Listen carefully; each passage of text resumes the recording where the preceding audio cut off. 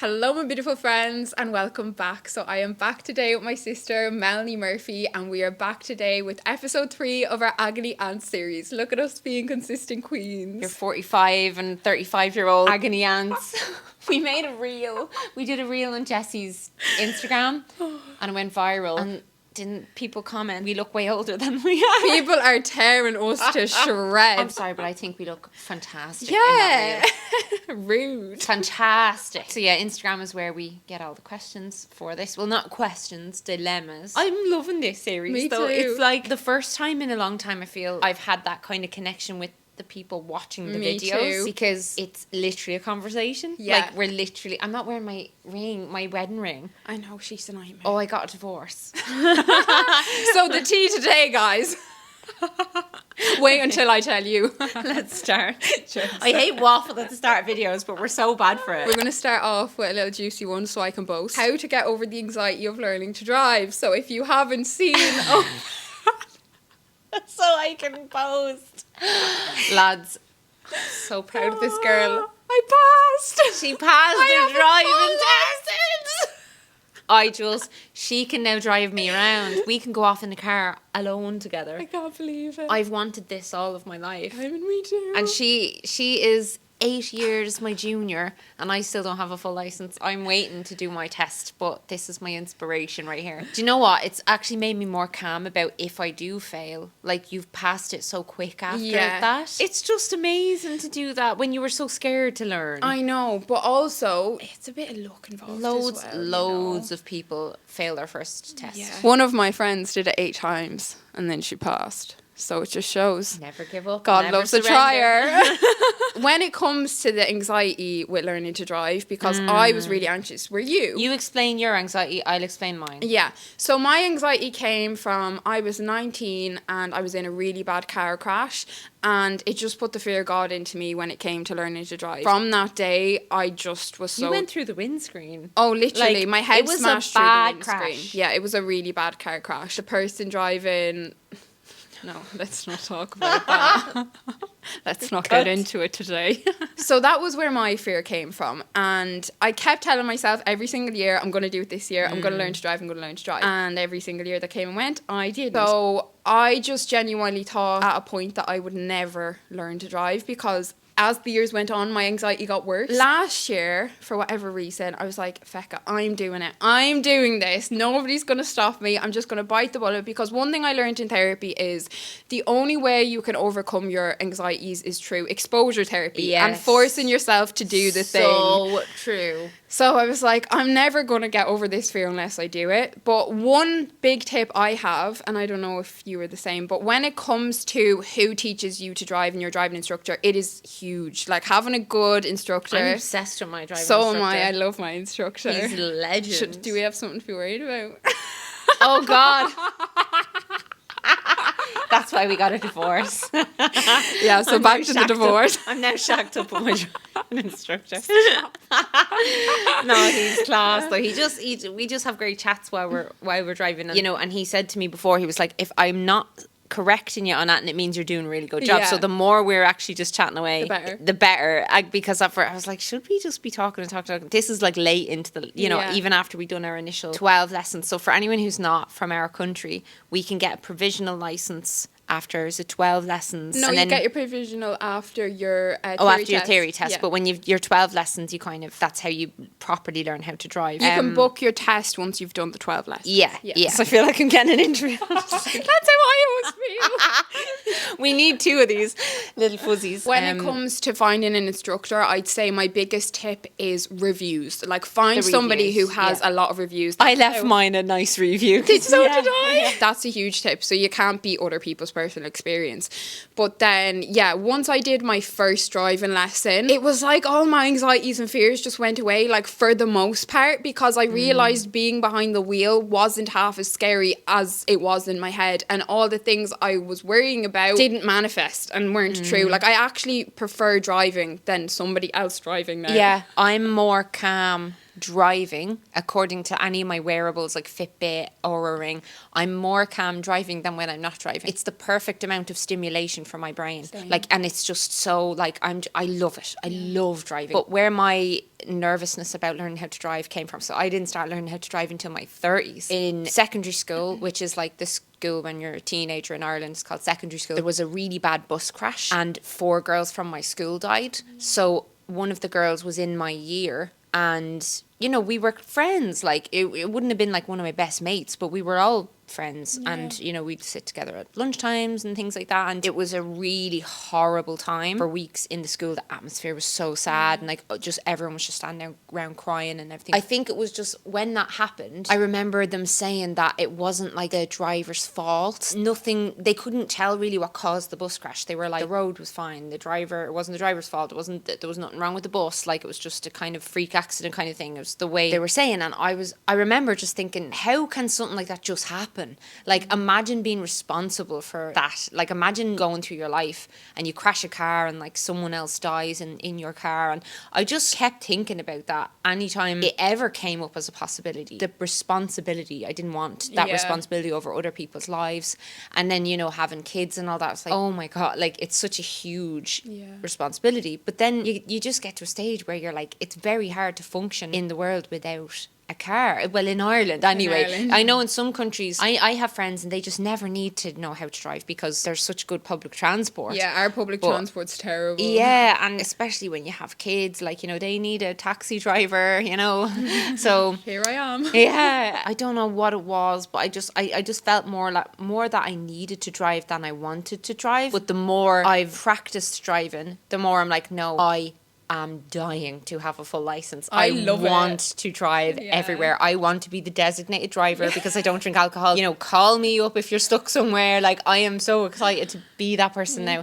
And so, yeah, even if you wait late, you know, like I've waited a lot longer than you, but like, I'm so proud of you having it in your 20s. I know, like, I'm so proud of you for doing it. Yeah, I thought at one point I was never going to learn, but honestly, you're never too old. No, you're never too old, and just do it. There's no way you can get over your fears or anxieties without doing it. I'd say that's the best advice. Like, you just have to book your first driving lesson. Do you know what it is? It's do like, it and do it scared. With exposure therapy, I feel like what's always helped me is trying to go into that situation without getting rid of the fear in the situation, if you get me. Like, it's almost anticipation of danger or anticipation of things going wrong than any reality. Like, it's all in your head. It's irrational. It's yeah. Completely. Yeah. Sorry, go on. We move on. Waffle forever. We'll move on to our next question. How do you navigate finding out what you want to do for your career? I'm struggling. I hate how so much like emphasis and so much of your work is put on your career and what you do as a job, because at the end of the day, the only reason we all work is to be able to pay our way and afford to fund ourselves and our lifestyles. Most people don't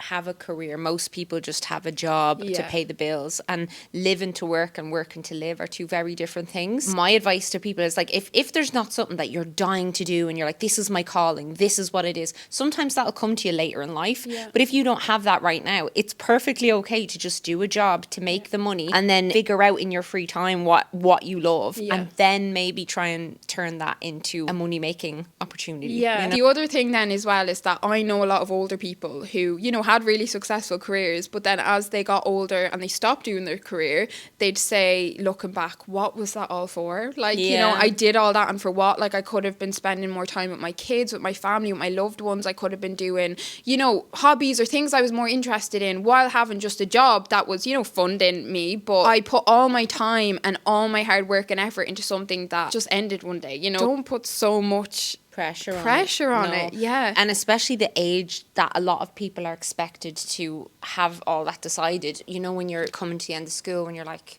18? When I was that age, like, first I went into a degree that was, I think it was to do with games development. What was that degree I did? Website. It was real technical, mathematical kind of computer stuff, and it wasn't at all what I thought it was. It was in Dundalk, and I was doing that degree for 3 months max, and then I left it, and then I just got a job in a phone shop, and then I got a job in a GameStop, which sold like computer games, and I stayed there for the guts of 2 years, and I loved it, and that was paying my way, and it was enough for like a few nights out and this, that and the other, and give me a bit of time. And then when I went back to do a degree later as a mature student, they called me. You were so young. I was still so young, but I was literally one in with the mature students, and I was one of the old ones in the class. There was people in their 50s, 60s, but I was lumped in with them. And now I'm at my grand old age of 45. Yeah, now I'm 50. Looking great for it. I loved that course so much because it was something that by that point I was like, right, I'm really interested in psychology and all these topics that they talk about in that degree that they cover. And I did really well. I was top of my class 3 years in a row, and I graduated. But the funny thing is, I never ended up using that degree. I used certain things I learned in it, but sure, I fell into what I'm doing now. This didn't exist when I was planning my job, my career. I always wanted to be an author, and I'm trying to do that as well. I haven't written that in a couple of years, a book-wise, but I have my whole life ahead of me in my head still. I know I'm 35, but I see all these quotes about how life starts at 40, and I do believe that, because most people that I see who get into certain acting or all these different careers, a lot of them start later in life, or even going back to be a teacher is something that I'm considering. I've been talking to one of my friends who's a teacher about the possibility of doing that. I'd have to go and do a bit of an add-on thing at college and stuff like that, but you can change career at any point. You do not have to have this big decision. If you wanted to be a doctor from a young age, or one of these things where it is really important to really excel at school and all that, fair enough. But if you're asking this question, then you don't think that way about any one thing. So I would say just get any job. Then in your free time, you can kind of just throw shit at the wall to see what sticks in terms of hobbies, and then look into how could you pursue that in a way that would make you money. I feel like a lot of people really struggle with this, though, more so in terms of how other people view them. And I feel like that's something that you totally need to put out of your mind, because at the end of the day, if the job is paying your bills, and I feel like as well, if you can find a job that you enjoy, there's no better combination, than something that pays your bills and you enjoy doing, or you don't mind doing, so. And then there's people who don't want a career at all, and they just don't care about it, and they just want to be a stay-at-home mom, and that's so valid. Yeah. I know loads of people who want to do that. I want to do that. I wanted to be just a stay-at-home mom for the first 5 years of my kids' lives. Yeah, do a bit of writing and stuff, but just not have to worry about earning money. But unfortunately, the world isn't set up like that. But if you are in a position to do that, some people are. Some people have, inheritance money or a very rich partner or whatever. I don't see anything wrong with that either. No, I don't. We move on to the next one? Yeah. Is sex on a third date too soon? We have never spoken about it, but I am staying at his. Me and Thomas, I think we had sex before our first date. Or no, I think we met up the night before just to make sure that it wasn't going to be awkward, because we knew each other so long and it was going to be a big deal. But see, he was moving away. I booked a hotel room as sure, let's just get this out of our system. We have wanted to sleep together for years, and things just kept coming in the way and kept cropping up. And there's loads of people where I was seeing them for a while, and we had slept together quite early. Actually, both of my long-term boyfriends as well that I had. So I've been with my husband 7 years, but I was with someone else for 5 years. We slept together before our first date. I was with him for 5 years. My first long-term boyfriend I was with for 4 years on and off. We slept together very early. I'm pretty sure we didn't have a proper date until after that. I think when it feels right, it feels right. Yeah. I've just never been one to be I'm holding out. If I want to have sex, I'm going to have sex. Yeah. I don't care about what they think about me, or you know what I mean? I base it on, does it feel right for me? Yeah. Am I doing it because I really want to do it? Yeah. To you, I would say too soon for what? For who? If it's too soon for you, then it's too soon. Yeah. But if you're gagging for it, just fucking bend over. Yeah. Just have your fun. Just, So vulgar. For what? I miss being vulgar. Do you know what was so funny in our last one? You kept using the word shag, and I was like, why are you using that word? We could use so many words. It's the worst word you could use. It just sounds so aggressive, shag. I love the word shag. I just miss being a bit vulgar. Going to what's the class I'm going to? Burlesque on. Oh my God, her outfit's unreal. I'm Do you know the movie Closer and Natalie Portman's stripper scene? So it's one of my Halloween costumes. But like, I don't know if I'm going to have the balls to actually wear it. Are you going to go trick-or-treating in it? My poor children. No, this is more of an adult. Sexy time and shagging time. Shagging time. Oh no, that makes me feel differently about that word. This the whole time? I feel like I've got a little friend in my hand. Hello. Okay, I think I need to hold it now.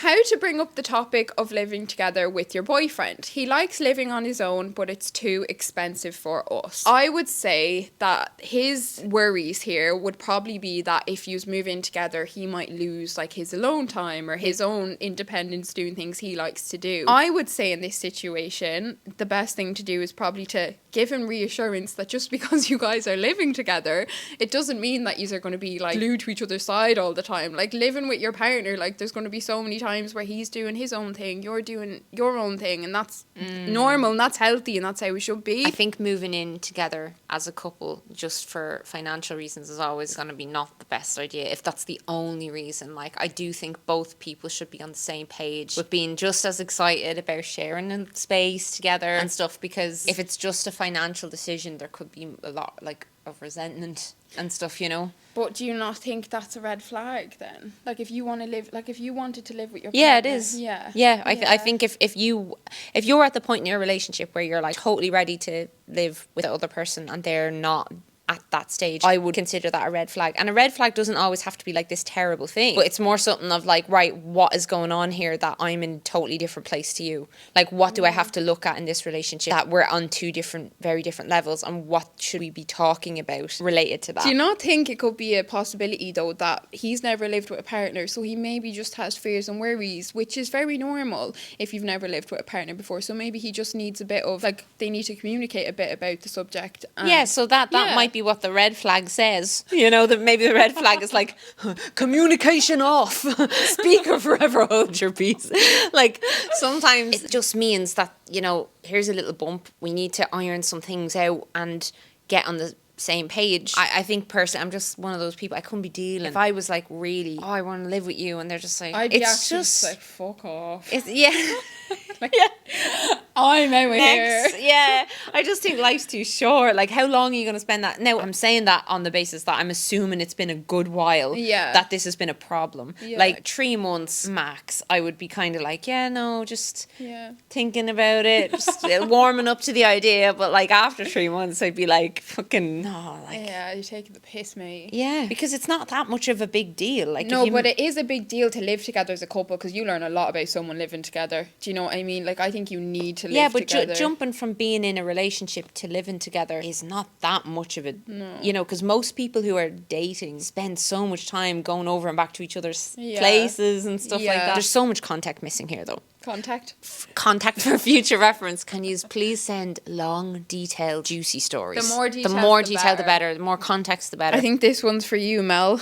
How do I tell my mother-in-law that the way she interacts with my toddler is 30 years out of date? Oh God. Yeah, you're always going to have conversations with grandparents. Yeah. Like, you know, it might not even be the mother-in-law, might be your own parents, like, but there's conversations have to be had because parenting has changed a lot in a generation. For us, the main thing that comes up is like just, you know, what we want to be feeding them, and, you know, not wanting them to have too much sugar, or like not wanting too much screen time. And I feel like every person I know has those conversations with grandparents, and the grandparents are always just like, but that's what grandparents are for. Grandparents are supposed to be fun, and, you know, like, and they always think it's funny, and you know, you do have to have a bit of like an understanding that they don't. Jesus, fucking claw. You're gonna deck me in the face. Like, what's wrong? The way you parent your children is never going to be the way the grandparent the grandchildren. You know, they're allowed to have a different relationship with the child than you do. And like, there's been a couple of times with my dad where like my dad was letting my son go down this slide that was for 6-year-olds, and he was putting him on it when he was like 2, and you know, like really silly things that like he was just like, oh, you know, like we'd go over and pick up my grandson, and he'd be having like, you know, a couple of digestive biscuits, and then they'd be like, oh, sure, he loves getting things and he's not supposed to have them, and you know, you'd be there like, oh, but at the end of the day, like when there is a bigger topic, like for example with our son's sleep situation, so when my mother-in-law was first becoming his minder, now she just kind of takes him for a couple of hours like twice a week or whatever, but for quite a while she was minding him, like, you know, she had set times and everything like that. The way things are now, we don't really need childcare.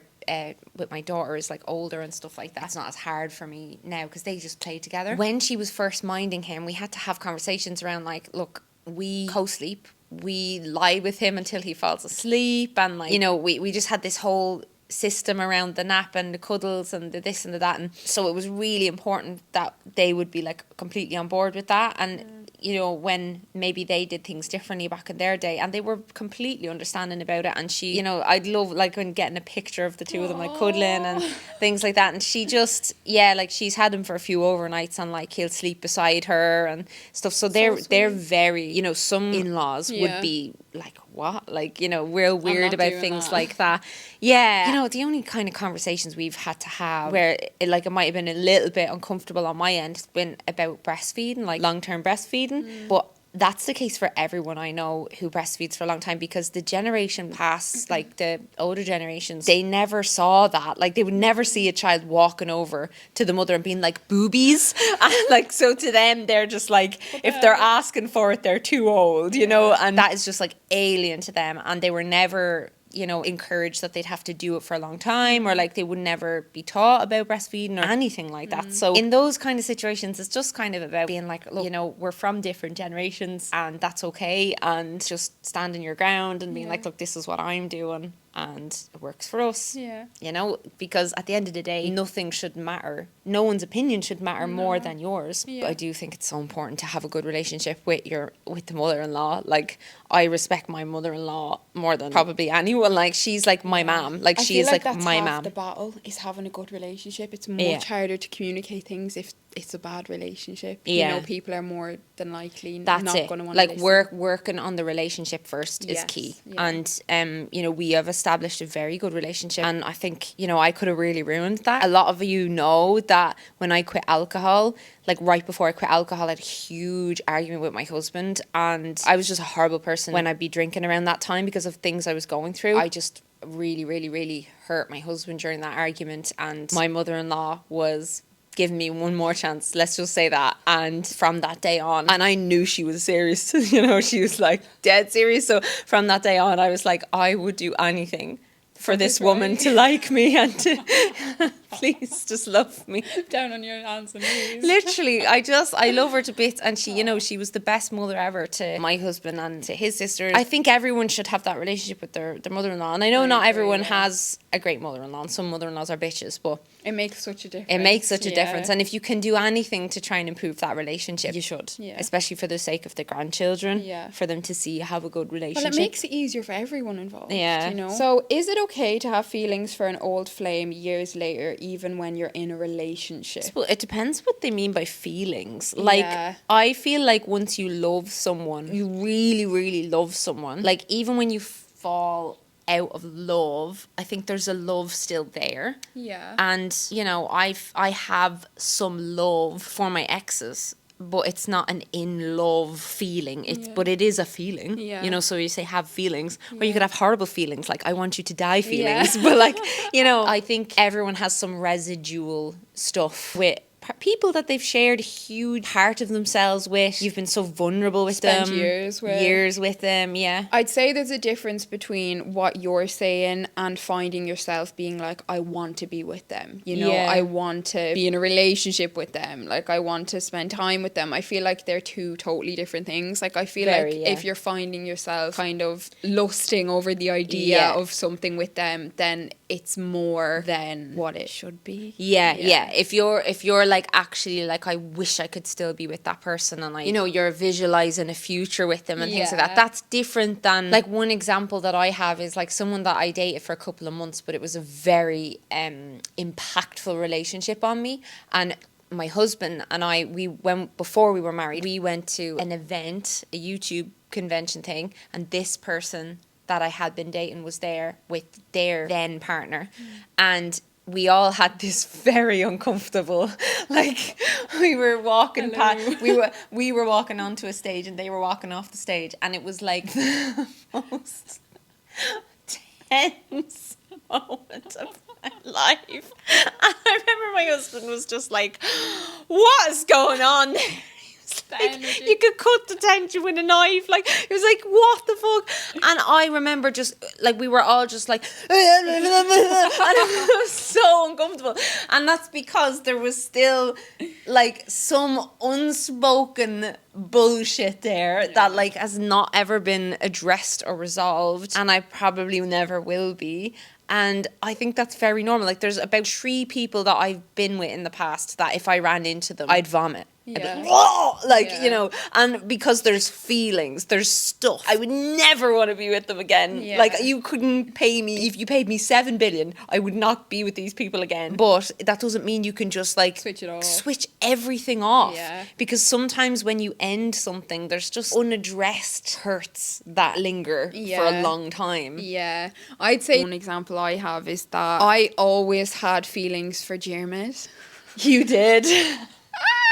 And obviously now we're nearly together 4 years, so her ginger ninja, like, just never. Oh, you know the redheaded guy, Melanie. You were like, you knew that I would know who you meant when you said the ginger one. Yeah, no, I did, and he was the same with me. Like, Jeremy always had feelings for me as well. So I mean, you know, there is an example of it working on the flip side to what you're saying. You know, and obviously we did end up getting into a relationship and stuff. It's hard to know. Like, only you know yourself. The intensity of it. Yeah, you can't, like, no, if you're with someone and you're like thinking like, oh, I'd rather be with that other person, you just might need to do some kind of putting stuff to bed, you know, like sometimes you have unresolved feelings, and sometimes that can be, you know, even if you just write a letter to them and just don't send it to them, like you write them a big email of all the things you want to say and stuff like that, and then don't send it to them, and then see how you feel in a few weeks and stuff like that, because sometimes things can come up based on your current life scenario and stuff. I remember having a conversation with my therapist because I kept having flashbacks to this one specific scenario, a threesome, let's just say. I'd be out for a walk and I'd just get a flash of it. I mean, like, listening to a song.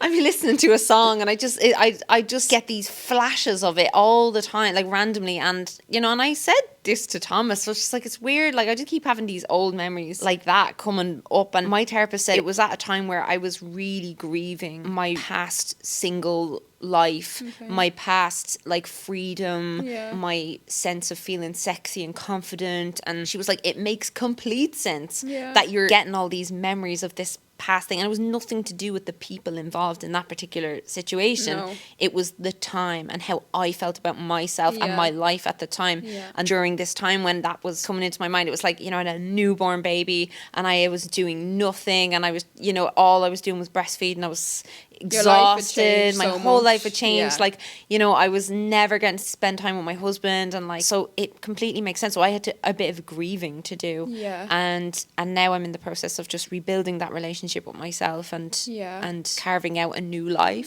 Sometimes it's not about the person, and also, you know, if it was a bad relationship or an unhealthy relationship, like sometimes it can be you've attachment issues still to that person, you're attached. It's not that you want to go back there, it's just more of you need to work on your inner being in your inner world. If you had like anxious attachment and you felt like really rejected or abandoned, maybe you have like some kind of a trauma bond situation, or like, you know, where the trauma of the breakup is what is lingering with you rather than a love of the person. It's I've definitely been there before. Yeah. Again, more context, please. Yeah. So things to consider when you find out someone you just started dating and really like has kids. Well, I would say the first one being that you have to consider the fact that the other party of that is there. Are they involved? Yeah. So for example, one of my best friends is having a baby in January, but it is with a sperm donor. Yeah. So sometimes there is no other party, but I would ask, like, how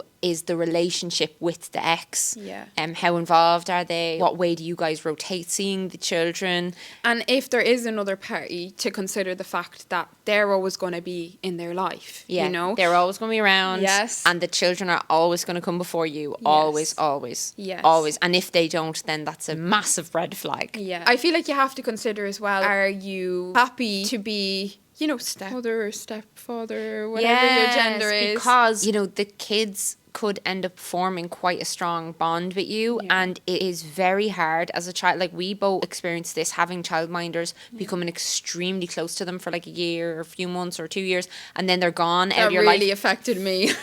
That's a big reason why we have abandonment issues, is like that's not blaming our parents, it's not blaming those childminders, and I'm not trying to scare anyone who has a childminder for the kids or whatever, but you need to bear that in mind, that children form extremely important bonds in those young years with the adults in their life. And so if you become a figure in their life, that's going to impact the kids, and you know, you're going to have a level of responsibility there in shaping them, and you have to make sure you're serious about the relationship before you dive in. I feel like if you're really, really mad into this person, like, it could be a beautiful thing. Like, it doesn't, one person having kids does not have to be this horrible big scary thing. Like, I know when my mum and your dad got together, like, my mum had myself and my brother already, and dad had no kids, and Jessie's dad had no children, and he loved her enough that he was like, I don't care, nothing matters, don't give a shit, you know, bring it on. And I remember that was just so amazing to me. He became like a second dad to us. But he always said, like, I'm not trying to replace your dad. I just would love to just be a really good friend. I'd love to be one of your best friends. And that was the best thing he ever said to us. Like, that was just really amazing to hear as a child, being like, right, I can have the three of you. It's not like you and my dad are in some competition, you know? Yeah. So I feel like as well, oftentimes, you know, when someone does have kids, they like to give it a period of time. Financial responsibility as well. Yeah, that's true. But a lot of the time people like to give it, you know, maybe 6 months, a year before they introduce you to the kids, because they want to make sure that you're going to stick around. So, and I you don't have think to have that's patience. bad. I think that's a good thing. Oh, definitely. Because you don't want somebody who's constantly bringing a new person into their kids' lives. Because some people do that. Yeah. Dad.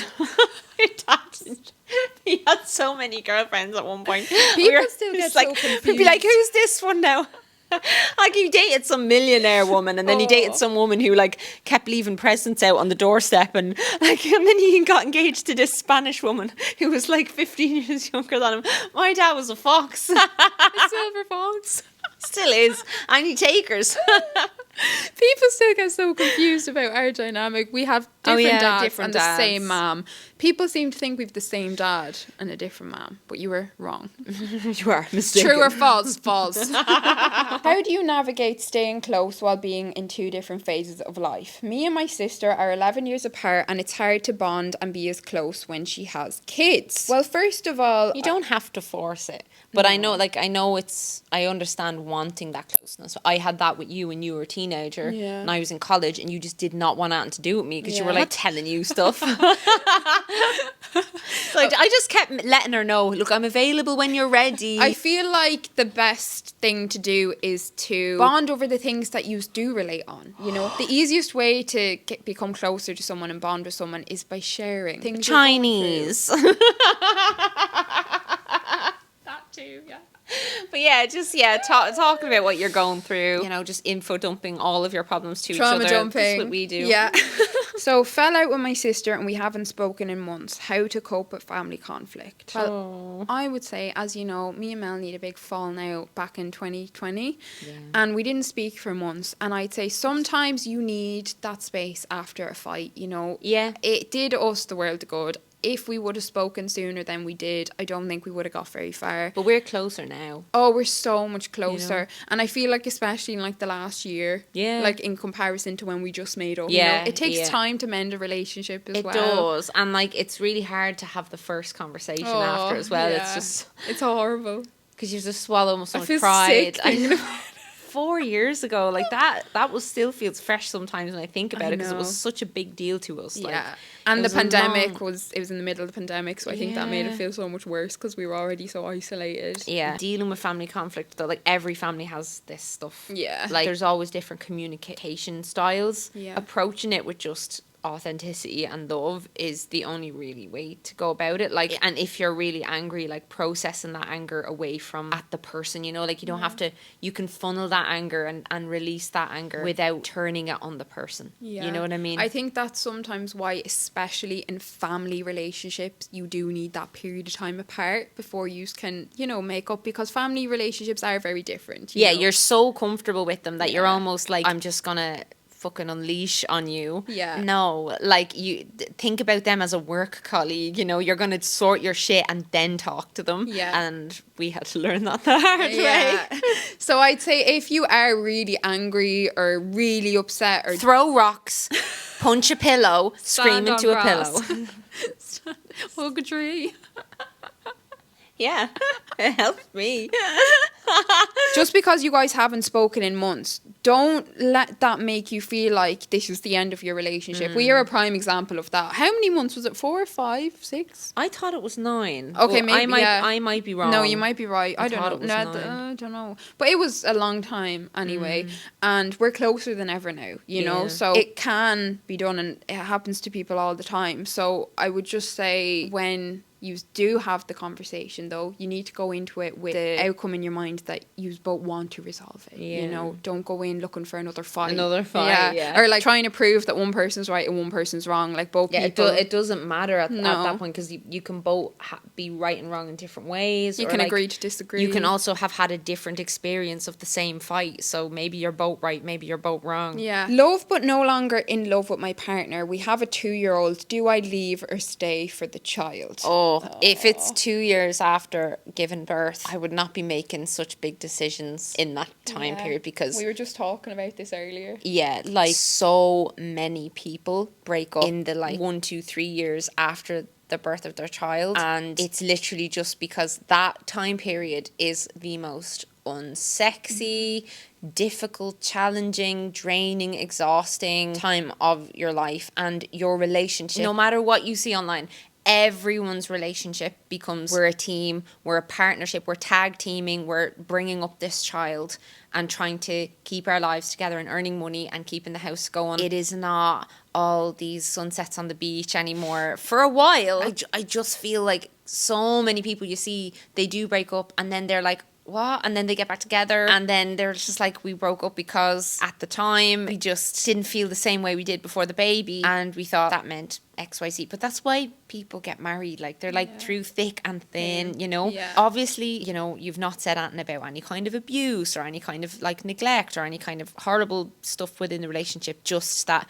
you're not feeling the in love feelings. I would wait until you're at a point where you're actually going on regular dates again, because you might be very surprised. You know, because even kids aside, like a lot of the time people can not feel that in love feeling anymore once the honeymoon passed and think that it's the end of the relationship. Loads of people think 6 months, a year in, once the honeymoon, some people for the honeymoon phase is 2 years. Loads of people get past that and they're just like, oh, like, am I in love with you, or are we just roommates? Are we just like friends now? And they start like, you know, looking at films or whatever and comparing themselves or whatever. It's every single relationship you are going to get in will reach a point like that where it's not those fuzzy, you know, butterflies and stuff like that. But people can be together through so many cycles of their relationship and still experience those moments, but it's just not all the time. It's just not like all consistent all the time.